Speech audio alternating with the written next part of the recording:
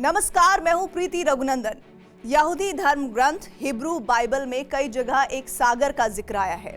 मान्यता है कि ईश्वर ने इजरायलियों को मिस्र के क्रूर फराओं से बचाने के लिए यह समुद्री रास्ता बनाया था। माना जाता है कि अफ्रीका और मिडिल ईस्ट के बीच वही समुद्री रास्ता आज का लाल सागर है, जो अब इजराइल के खिलाफ हूती विद्रोहियों के जंग का मैदान बन चुका है। हूती विद्रोहियों के हमले की वजह से लाल सागर में मालवाहक जहाजों की आवाजाही लगभग बंद हो चुकी है। इस संकट से निपटने के लिए अमेरिका को अपने मित्र देशों का गठबंधन बनाना पड़ा है। कार्गो शिप की सुरक्षा के लिए लाल सागर में युद्धपोत तैनात किए जा रहे हैं और इतिहास गवाह है कि लाल सागर में जब भी ऐसा हुआ तब किसी ना किसी महाशक्ति का वजूद मिट गया। लाल सागर से एक बार फिर विश्व युद्ध की आहट क्यों आ रही है? हूती विद्रोहियों के हमले के पीछे का पूरा खेल क्या है?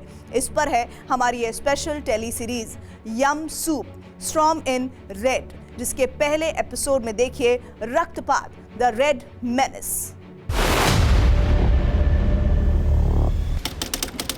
5 अगस्त 1940, लाल सागर।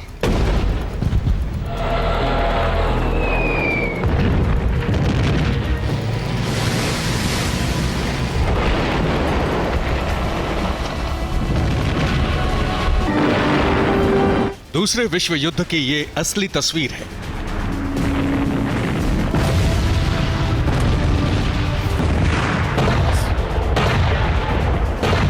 जर्मनी के खिलाफ ब्रिटेन की जंग के 1 साल बीतने वाले थे। यूरोप से शुरू हुआ युद्ध अब मिडिल ईस्ट के समंदर तक फैल चुका था। समुद्री रास्तों पर दबदबा कायम रखना जरूरी था।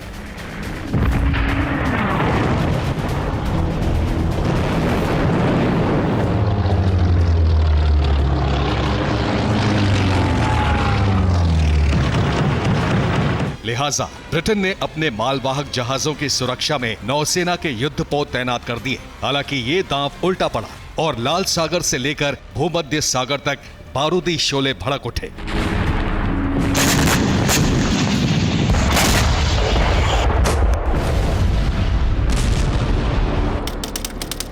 (25 नवंबर 1941) अलेक्जेंड्रिया, मिस्र। ब्रिटिश नौसेना की रेड सी फ्लीट का युद्धपोत HMS बरहम भूमध्य सागर में मिशन पर था। मिशन था इटली के जहाजों को निशाना बनाना, लेकिन ब्रिटिश युद्धपोत बरहम को जर्मनी की पनडुब्बी U331 ने अपना शिकार बना लिया। टॉर्पीडो के वार से युद्धपोत बरहम भूमध्य सागर में डूबने लगा।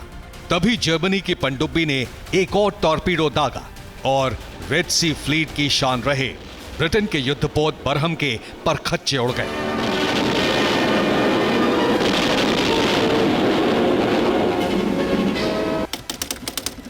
युद्धपोत बरहम के विनाश के 82 साल बाद 19 नवंबर 2023 होदैदा पोर्ट, लाल सागर, यमन। मिडिल ईस्ट में इजराइल और हमास के बीच जंग के बीच यमन के हूती विद्रोहियों ने लाल सागर में जंग का नया मोर्चा खोल दिया। शुरुआत अमेरिकी नौसेना के युद्धपोतों पर ड्रोन और मिसाइल हमलों से हुई, लेकिन उस दिन हूती विद्रोहियों ने दुस्साहस की सारी हदें पार कर दी। हेलीकॉप्टर में सवार हूती विद्रोही बहामास के एक मालवाहक जहाज पर उतरे और उन्होंने बंदूक की नोक पर गैलेक्सी लीडर नाम के इस जहाज को अगवा कर लिया। ये जहाज तुर्की से भारत के पीपावाव बंदरगाह के लिए रवाना हुआ था। जापान की जो कंपनी इस जहाज का संचालन कर रही थी, उसके मालिकों में एक इजरायली कारोबारी भी है। हूती विद्रोहियों ने इसी आधार पर जहाज को हाईजैक किया और खुली धमकी दे दी कि वो लाल सागर से गुजरने वाले हर उस जहाज को निशाना बनाएंगे जिसका ताल्लुक इजराइल से हो।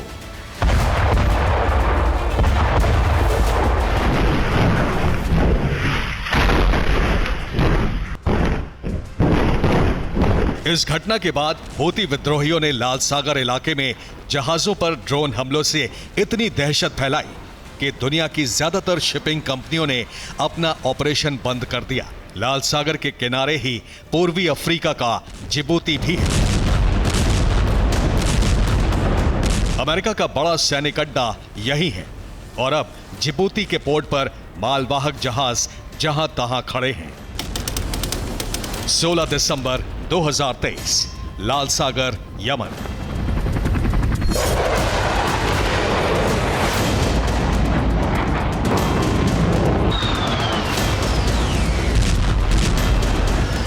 हूती विद्रोहियों ने अपनी धमकी पर अमल करते हुए उस दिन 2 मालवाहक जहाजों को निशाना बनाया। इसमें एक जहाज जर्मनी का था।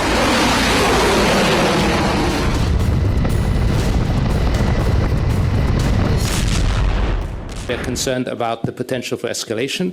Our region is very complex, and we do not need any other conflicts to erupt, and therefore we hope that we will be able to avoid any further escalations in our region.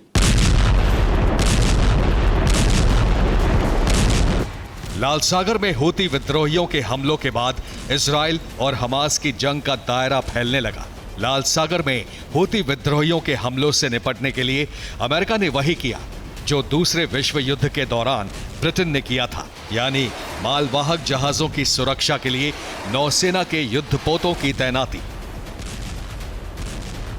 जिसके लिए America और Britain समेत 10 देशों की नौसेना का गठबंधन बनाया गया है।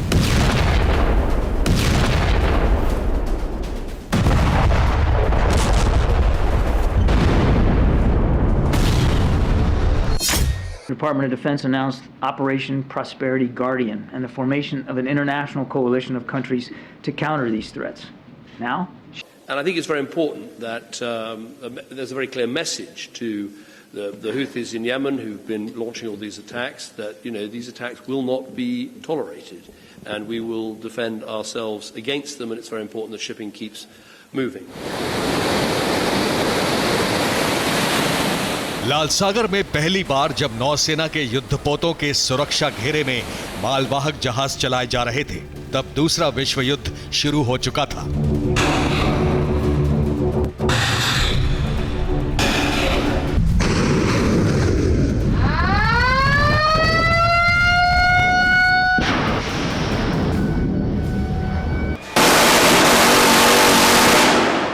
इस बार हूबहू वैसा ही फैसला ब्रिटेन ने अमेरिका की अगुवाई में किया है, और ये सवाल गंभीर होता जा रहा है कि कहीं ये तीसरे विश्व युद्ध की शुरुआत तो नहीं।